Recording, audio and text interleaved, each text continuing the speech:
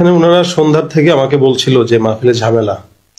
আমি তাদেরকে একাধিকবার বললাম যে আপনারা ঝামেলা হলে প্রশাসনকে জানান, যদি করতে হয় শক্তভাবে করেন, আর না করতে হলে আমাকে বলেন, আমি ঢাকা চলে যাই, আমি যেহেতু কাছেই আছি, প্রোগ্রামে না আসলাম। তারা জানাচ্ছে বলে বলে মোটামুটি আধা ঘন্টা আমি হিয়াকো বাজারে অবস্থান করছি। এর ভিতরে অনেক মানুষ জড়ো হয়ে গেছে আমাকে দেখে, ওনারাও মাহফিলের যে দিকে যাবে, তারা বলতেছে চলেন, কোনো সমস্যা হবে না। তা আমি শুধু তাদের অপেক্ষায় ছিলাম যে যদি সমস্যা হয় আমি চলে যাব, আমি যাওয়ার জন্যই তৈরি ছিলাম। গাড়ি এদিকেই আমার মুভ ছিল, ঢাকার দিকে। এর ভিতরে ওনারা বলতেছে ঝামেলা আসবেন না, ঠিক আছে আমি রেডি। হুট করে আরেকজন যিনি আমাকে দাওয়াত দিচ্ছেন মূলত, উনি আমাকে বলতেছেন যে আমাদের প্রায় 30-40 জন যুবক চলে গেছে হুন্ডা নিয়ে, আপনি ওদের চলে আসেন, সব ক্লিয়ার হয়ে গেছে। তো যখন যুবকরা এই পর্যন্ত চলে আসছে হুন্ডা নিয়ে, তখন আমরা রওনা দিই। মাঝখানে আবার গাড়ি রোধ করে বলতেছে হুজুর ওখানে নাকি ঝামেলা হচ্ছে, মানে এটা কমিটির কেউ না, এখানের একজন আলেম বলতেছে ঝামেলা হচ্ছে। তো আমি বলছি তখন আমি গাড়ি নিয়ে রিটার্ন যাই। তখন যুবকরা বললো না চলে আসছে কিসের, আমরা যদি কোনো কিছু করা লাগে, এভাবে বলতেছে জীবন দেওয়া লাগলে জীবন দেবো। আমি বলছি ভাই এটা আবেগের জিনিস না, এখানে পরিস্থিতিটা মোকাবেলা করা সবচেয়ে বড় বিষয়। আমরা পরিস্থিতিটা শান্ত হোক, পরে আসবো। এখন এতগুলো মানুষের মাঝখান দিয়ে তো আমি ঢাকায় যেতে পারি না। তো এরা আমাকে সামনে নিয়ে চললো, আর যে এলাকার নাম বলছেন ওখানে যাওয়ার পরে দেখি কিছু যুবক লাঠি আরো অনেক কিছু অস্ত্র নিয়ে দাঁড়ানো। তো ওরা গাড়িতে দরজা টোকা দিচ্ছে আমাকে বের হওয়ার জন্য, বের হন। তা আমি বের হলাম, বের হওয়ার পরে একজন গাড়িতে আঘাত দিবে। আমি বললাম ভাই কেউ গাড়িতে আঘাত দিয়েন না। ওপর দিকে আরেকজন বলতেছে পেট্রোল ঢাল, গাড়ি পুরা, এই বিভিন্ন বাজে কথা আর কি, গালিগালাজ। তো আমাকে বলতেছে আপনি হুন্ডায় ওঠেন। আমি বললাম গাড়িতেই যাই, হুন্ডা উঠে ঠান্ডা লাগবে, আপনার সাথে এখানে আমরা ভালো ব্যবহার করার জন্য আনি নেই। পাশ থেকে অনেকেই যে কথাগুলো বলতেছে, তো আপনি সুন্দর মতো কথা শুনেন, আমরা আপনার গায়েও হাত দিব না, অসম্মানীয় করবো না। আমাকে অসম্মানী না করলে আমার গাড়িতে আমাকে যেতে দেন, আপনারা আপনাদের হুন্ডায় যান। না হুন্ডাতেই উঠতে হবে। তো আমার পাশে আমার ছোট ভাই ছিল, ও বারবার মানা করতেছিল হুন্ডায় উঠবে না।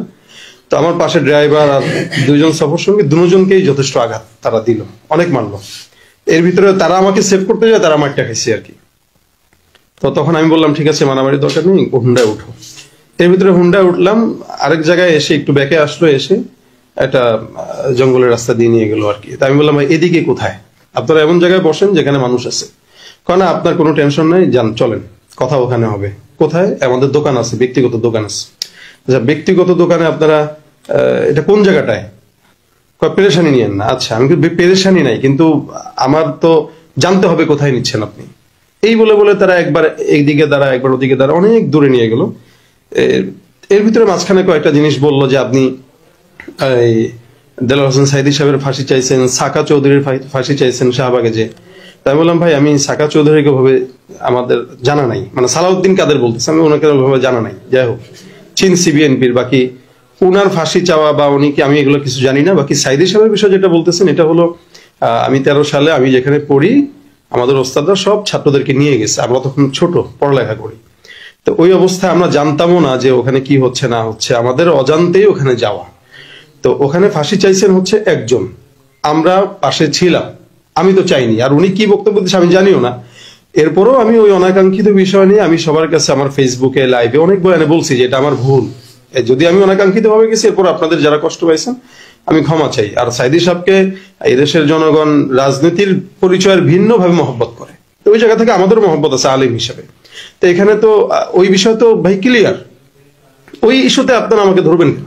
ইস্যু তো ছিল আমি জানি একটা সভাপতি বা প্রধান অতিথি কেন্দ্র করে। তো ইস্যুটা ও কেন্দ্র থেকে বাদ হয়ে আমার কাছে আসলো কেন? কয় না আপনি ওটা কেন করবেন, আপনি কেমন তাহলে কি মুসলমান, আপনি কি আলেম হয়েছেন? ভাই আমি তো এই বিষয়ে ক্ষমা চাইছি, আপনারা আমাকে ক্ষমা না করতে পারলে আল্লাহর কাছে কিভাবে আপনারা ক্ষমা আশা করেন? আর আমি মেহমান, সবচেয়ে বড় কথা। তো তারা এক জায়গায় নিয়ে যাওয়ার পরে এর ভিতরে হুট করে একজন মেম্বার গেলেন, মেম্বার যায় বলতেছেন এই কারারে তোরা কারা, কি সমস্যা, হুজুরে কে আনছে? তা আমাকে যায় পরিচয় দিলেন মেম্বার। তা বললাম ভাই কি কিছু সমস্যা? তো আপনি আমার সাথে উঠেন, চলেন। কোথায়? চলেন। তা ওনার হুন্ডাতে আমরা আবার দুজন উঠলাম। উনি পরে ওদেরকে কারা কারা আসছে চিনেন? ভাই আমি তো একা নতুন, তো চিনি না। ঠিক আছে চলেন, আমি দুঃখিত আপনার এই কাজের জন্য। তো উনি আমাদেরকে এখানে নিয়ে আসলো, পরে আমাদের প্রশাসনের ভাইদেরকে দেখলাম, ওনারা এখানে আনলেন। সেক্ষেত্রে আপনাকে কোন ধরনের শারীরিক আঘাত আমাকে করেন, ওই যে বললাম আমাকে ঠেকাইতে গেছে, মানে আমার যারা ওরা ঠেকাইতে যে ওরা আমার গেছে। তা আপনার কি অ্যাজাম্পশনটা কি মনে হয়, এটাকে আসলে যেটা বললো তারা সেটা কি একটা অজুহাত, নাকি মূলত হচ্ছে তো অতিথি করা না করা, সেখানে যেহেতু আগে থেকে আপনাকে ইনফর্ম করা হয়েছে এখানে ঝামেলা হতে পারে বা ঝামেলা হবে এই ধরনের? আসলে ঝামেলা তো মাহফিল কেন্দ্রিক বা অভিজ্ঞতা কি বলে আপনার? মানে আমাদের অভিজ্ঞতায় এরকম দেখা যায় সভাপতি প্রধান অতিথি নিয়ে অনেক ঝামেলা অনেক জায়গায় হয়, কিন্তু ওই একটা বক্তার উপরে আসে না, কারণ বক্তা তো এখানে একদমই নির্দোষ, সে দাওয়াতপ্রাপ্ত মেহমান, সে আসবে যাবে, ব্যক্তিগত কোন্দলগুলো ওনারা ঠিক করবে। তা আমি তো জানি যে এখানে ওনাদের ব্যক্তিগত কোন্দল মেম্বারে লাগছে, ওটা রাজনীতি হবে, আগামীকাল এটা ক্লিয়ার হবে, তো ওইটার ইস্যু আমার উপরে কেন আসবে? আপনাকে যিনি দাওয়াত দিয়েছেন মূলত আপনার সাথে কমিউনিকেট করছেন ওই ভদ্রলোকের উনি নামটা হচ্ছেন কি? আজিম ভাই, উনি আমার মুসল্লি মূলত। আচ্ছা। উনি ঢাকায় থাকে, উনি এলাকার জামাই, উনি এলাকার সম্পর্কে তেমন কিছু জানে না। তা আমি ওনাকে বলছি, আজিম ভাই আপনি তো নতুন মানুষ, আপনিও এলাকার জামাই, আমিও নতুন, তা আপনি একটু প্রশাসনকে করেন। তো উনি একবার বলতেছিল আসেন না, আবার ওই মাদ্রাসার মতো আমি বলতেছি হুজুর আসেন, আবার অনেকখানে লোক বলতেছে আসেন। তা আমি একটু দ্বিধাদ্বন্দ্বে পড়ে গেছি, কিন্তু ওনারা কিন্তু লোক পাঠায় দিছে অলরেডি, লোক পাঠানোর পরে বলতেছে হুজুর সমস্যা। এখন ওই লোক তো আমার কাছে ছাড়তেছে না, লোক 2-3 জন হইলে আমি গাড়ি ঘোড়ায় চলে যেতাম, লোক তো 40 জন, এই 40 জনকে আমি ওভারটেক করে কিভাবে যাব? তখন আমিও আটকে গেছি, ওরাও আটকে গেছে। অর্থাৎ তারা আপনাকে গতিরোধ করে একটা জায়গায় নিয়ে গেছে, সেখানে আবার মেম্বার খবর পেয়ে গিয়ে আপনাকে সেফলি নিয়ে আসতে পরবর্তী মনে হয় আমার সফর সঙ্গী ওই 999 আমাকে দেখালো, 999 ফোন দিছে, তা ওনারা পরে যে নিয়ে আসছে।